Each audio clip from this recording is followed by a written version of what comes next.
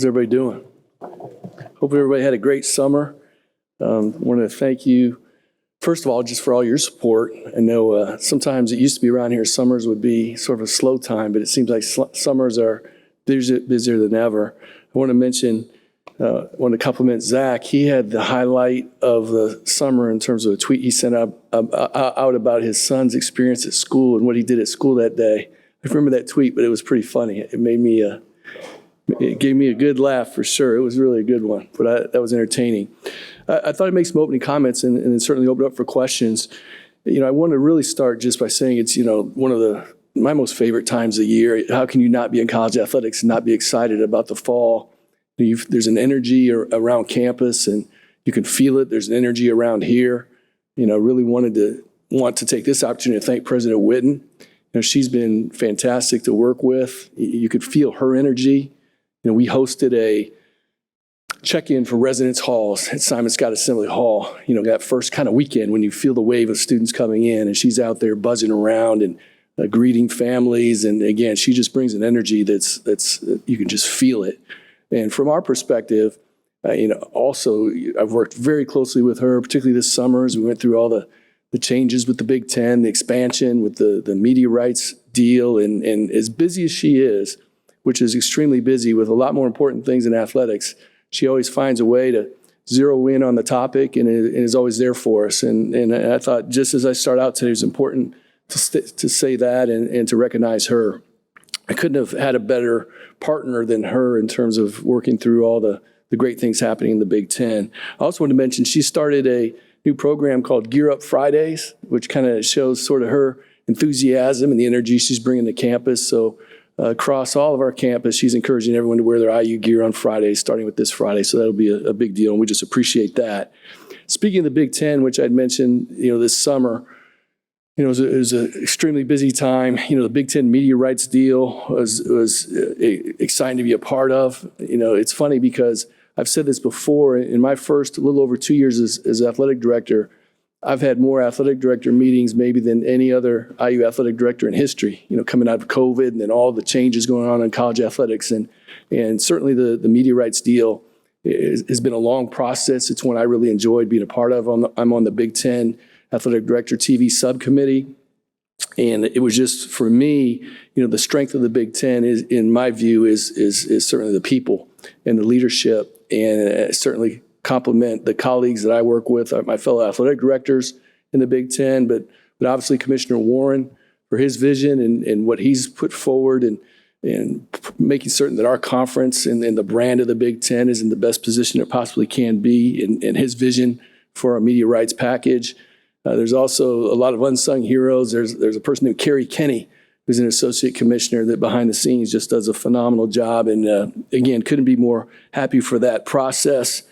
Also, for us, it's going to be incredible with media rights in terms of our brand and the exposure for our student athletes and our programs. The financial impact will be significant and is critical. But quite frankly, it's one of those things that don't believe everything you read. It's going to be good, but it's going to take some time to ramp up. I'm not saying anything to minimize the deal, but what I've had to do is make certain that, particularly internally, people understand that there's going to take some time. Those deals are generally backloaded. We've got a lot to sort out before we really start to alter budgets or anything like that. But again, it's a tremendous deal. So we've done a lot of managing expectations on that end. From our media partner standpoint, really excited with the vision that Commissioner Warren had with that deal, making certain that we really still have the linear networks that we're partnering with in terms of Fox and CBS, and now adding NBC, and then certainly our partnership with BTN. One of the things I thought I'd point out to you is that, to me, that was very interesting is working with Fox, and their CEO of Fox Sports is Eric Shanks, who's one of our former student assistants in our media relations office, and I just thought that was, for me, I was really proud sitting in meetings and hearing his name or him coming to a meeting as we're a part of this process. And it's great to see the IU family be so successful out there, and he certainly is a big part of this new deal. I also wanted to mention, we're really, really excited about bringing all of our students back. We've started, obviously, both soccer, field hockey, volleyball, but just can't wait for this Friday night. We're pumped about the game this Friday. A couple things about that. Ticket sales has been really, really good. We really feel great about renewals where we are. We had a terrific year last year attendance-wise, and renewals have been very strong, particularly students. And I want to take a second just to commend our students. Our students have been phenomenal. Again, high energy. Going back to what I said about President Whitten, our student ticket sales are up 10%, so we expect a big student turnout for this Friday night. We've got several new things in the stadium. As you drove up, you probably could see the light poles. The final light poles are going up. We've got new lights in the stadium, which has been something that we've needed for a while. We've had to rent lights for night games because with the coverage, those were the original lights put in, I believe, in the early 80s. So we're really excited to have modern, state-of-the-art LED lighting going in the stadium, which should be ready for Friday night. That's a big deal. I'm excited also about our new team store. We've partnered with Legends, which is really an up-and-coming outsourcer of all apparel sales. We're still obviously an Adidas school, but the Legends family will be handling all of the team sales as well as our e-commerce. And hopefully, I like to underpromise and overdeliver. I don't like to make big statements, but I think you'll see an improvement there and could be more happy with them. Also really excited about having cashless payments for the first time. No more cash in the stadium, which hopefully, again, we continually think about ways to improve our customer service, and we think that's a big deal for us, and we're excited about that as well. I also wanted to mention just our partnership with IU Sports Properties, which is a division of Learfield Sports. IU Sports Properties has done a phenomenal job for years, but we've really, particularly coming out of the pandemic, have really upped our sponsorship opportunities. You saw that we made an announcement a few weeks back that we've partnered with Molson Coors as the official beer sponsor. We're opening up that category. Just to clarify that, we still have the same beer offerings. That doesn't mean that's the only beer that will be sold here. For those of you, Joe, who might be interested in that category, but we certainly are partnering with them as an official sponsor of IU Athletics, and we'll be announcing later today that Upland will also be a sponsor as well. Upland handles all of our alcohol sales at the games, but they'll also be a sponsor. We separate the sales from the sponsorship, so we're really excited that and appreciative of IU Sports Properties in the great job that they do. Speaking specifically about football, I'm really excited about Tom and the staff, and excited for the players. To be honest with you, since the Purdue game ended last year, it's been fun for me to watch Tom roll up his sleeves and then the players follow, just really get after it, and couldn't be more happy with just the process. I'm a big process person. I think you don't just show up at the game and expect different results. You've got to put in the work, and I know Tom feels the same way. And that's really what's been going on.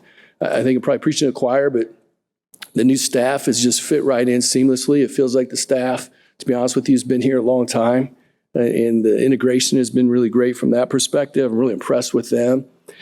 From the players themselves, they've got an edge. I mean, you feel it. You guys cover us, and I'm impressed so much with the leadership of the team. And again, to me, winning is a product of a lot of things. And I think that process has gone well, and it starts with leadership. And I couldn't be more proud of the leadership of this team. Not to single anybody out, but I did want to mention Tywan Mullen. Tywan he's one of the more, we've got really special student athletes across the board, but Tywan has been incredible just for me in my position to watch him grow here and see the young man that he's become.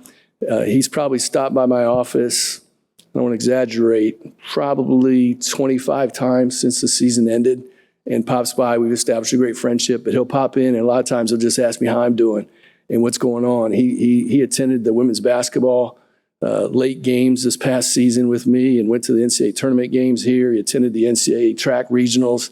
And, Tywan is just someone to me that represents all that we want in our student athletes. And I wanted to mention him today because I think that's reflective of the culture that we're building within our football program, but also just across the department. So special shout out to Tywan. So with that, again, can't wait to kick things off on a Friday night, and I'd be happy to answer any questions that may have. I guess, Scott, just sort of, forgive me for being a little blunt, but last year I know there was a lot of energy, season ticket sales, fan engagement, things like that. After just the way last season went, what is the work that's gone into maybe reigniting some of that when I imagine your fan base probably just isn't as, sort of keyed up as it would have been out of the 2020 season? Are you talking mainly just more departmentally or within the program? Specifically football, yeah.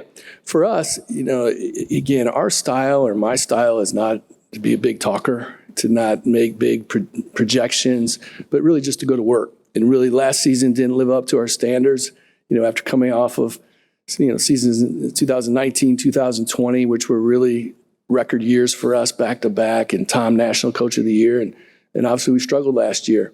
So just like Tom and obviously what he's done with his staff and obviously with the roster and just really evaluating our program to really get back to those standards that we set. And same thing for me in the department, whether it's our ticket office, whether it's our marketing department, everything that we do behind the scenes to make certain that we have the program at the level that we want it to be. So I couldn't be more excited coming into the game this Friday night. Our fans have responded. Again, the renewal rate, quite frankly, coming off a huge year last year from an attendance standpoint, didn't know where we'd be, but was really, really surprised pleasantly surprised at the season ticket base, how they came back, and with the students up with over 10% was a big deal. So I'm excited looking at Friday night. So I just wanted to stay on that topic, basically. I mean, what is the renewal rate, I guess, and how does that compare to previous years? I guess what else can you tell us about season tickets at this point, single game tickets at this point? I mean, I guess could you put some finer numbers on Sure. the level of our renewal rate is right at 98% where we were last year in total. Our students are up 10%. So general public is just right about there. It was really, in fact, we could close in on it this week. The way as I talk to our staff internally, our season ticket numbers are about half of the stadium. So we get up around, our stadium seats about 52,000. We got about 26,000 plus in season tickets sold. So we rely heavily, which we have for years, on the single game sales. And again, those are trending in a great direction. We expect that this Friday night will be in the low 40s and hope to grow from there. And so again, just couldn't be more appreciative of our fans. Sometimes I think, unjustly so, I think sometimes our football fans maybe take some criticism, and I don't think that is warranted at all. I think our football fans are as loyal as they come, and again, this year's results are a real indication of that. Hey, Scott. Message received on the media rights deal kind of being backloaded as it relates to the financial side of that, but presumably down the road there is a financial windfall there. Do you have like one or two main areas that you're focused on when it comes to like facilities or budget expansion and things like that? Yeah, like you said, it is backloaded, and a lot of those details are still to come. But the reality is that the way things are changing and the way that our budget is just and like many of your budgets are increasing, I feel like we've already kind of spent it in a way. We announced this summer the Alston Award, which is a academic award that we'll award to any student athlete who qualifies for it this year, and that's about a $3 million hit to our budget.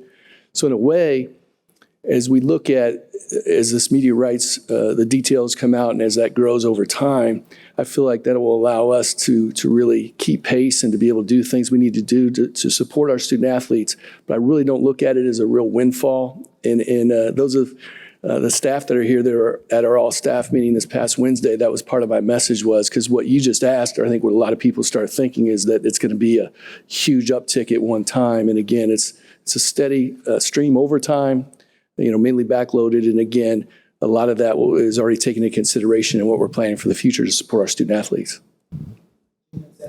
Hey, Scott, when it comes to NIL, I know there's still things it's new, it's changing, and football, basketball, apples and oranges.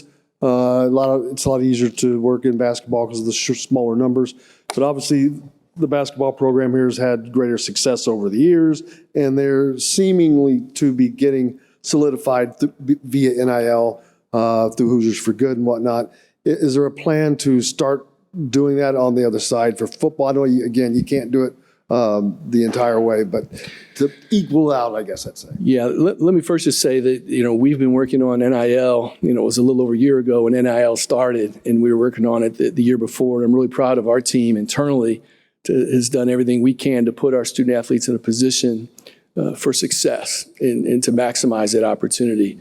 As it relates to specifically to football, it's certainly important from a competitive standpoint that our student athletes have success here in all our sports, but certainly football is a priority. We can only control what we can control. I will say, since you opened the door, I do want to thank all of the supporters out there who have supported NIL efforts, particularly, as you said, Hoosiers for Good, who's really done some amazing things. And I know they want to continue to grow that. And I know football is important to them as well.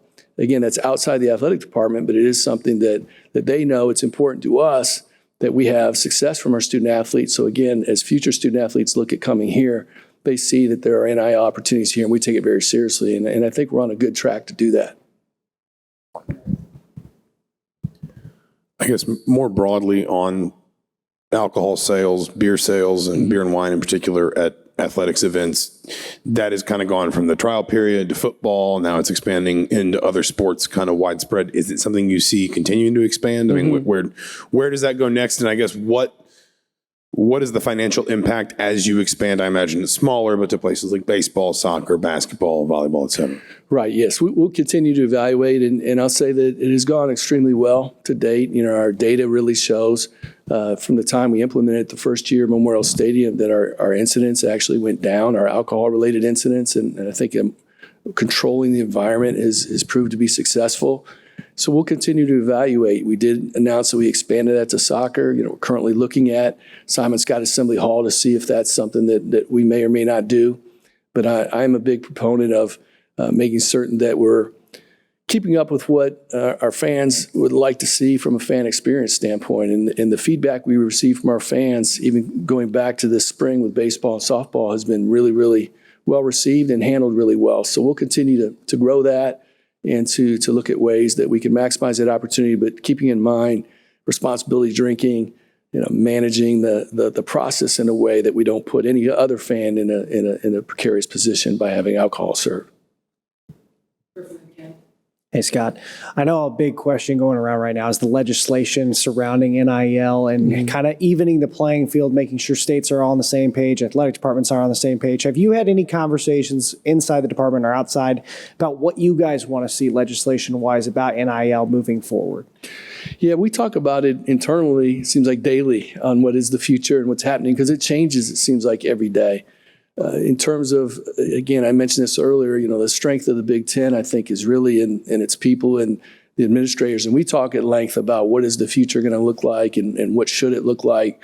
I do know that there are really, really smart people working on the transformational committee at the NCAA level to really look at all aspects of the future of college athletics. So, I do think there needs to be, just personally, some guardrails put on NIL so there is fair competition, and it really is it's set up so that it's not an inducement and it's not a pay for play.